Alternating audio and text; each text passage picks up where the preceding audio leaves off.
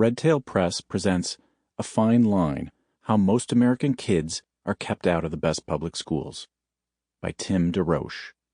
Afterword by Gloria Romero. Read by Tim Deroche.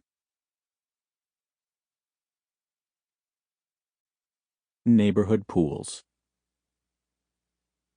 You wipe the sweat from your brow. It's Memorial Day, only the beginning of the summer, but the sun is already beating down at 9:30 a.m. You'd like to be out in the sunshine, but it's just too much.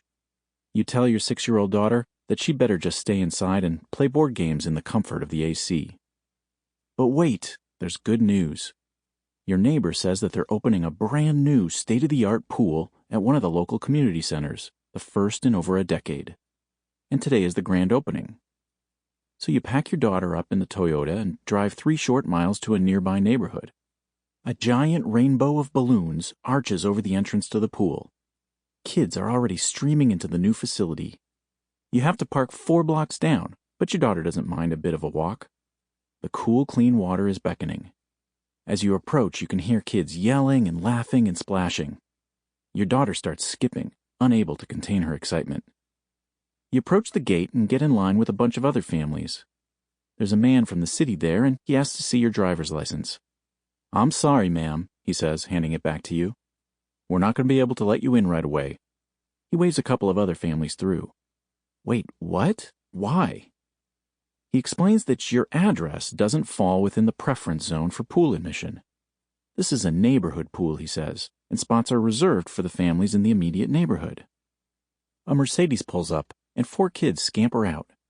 The man waves them through. Your daughter starts to cry. "You're welcome to wait in that line over there," he says, and points to a long line snaking along the fence on the other side of the entrance. "If there's room, we may let in some kids from outside the neighborhood." Hundreds of kids are lined up along the fence, staring with forlorn faces through the links, watching the other kids play in the water. It's a disappointment, but you don't want to cause a fuss. It's not that big of a deal. "Come on, honey," you say to your daughter, gathering her into your arms. "Let's get in line. We'll just have to wait a little bit." The man from the city makes eye contact with you, and his eyes seem to say, "Don't get your hopes up." As you're walking along the fence, you and your daughter get your first full view of the new facility. The main pool is Olympic-sized, with gleaming white tile that shines in the sun. There's a kiddie pool and a splash pad, too. Dozens and dozens of kids are in there, jumping, splashing, diving. There's even a 2-story water slide. Muffled screams of joy echo from inside the giant yellow tube. Smiling parents hang back on beach chairs scattered around the outskirts. A couple of them slather sunscreen on reluctant kids. It's the early summer, and everyone seems to be lily white, ripe for the first sunburn of the year.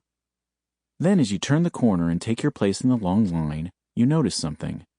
The kids in the long line along the fence are not lily white. In fact, many of the waiting kids are dark-skinned, black and Hispanic. You hear an accent, a foreign phrase. Many of these kids speak English as a second language. Something bubbles up inside you. Anger. You march straight back up to the man at the gate. "I want to talk to someone," you say, and he points you over to a man who's being interviewed by a camera crew from the local TV news. It's your city councilman. You get there just in time to hear him finish his interview.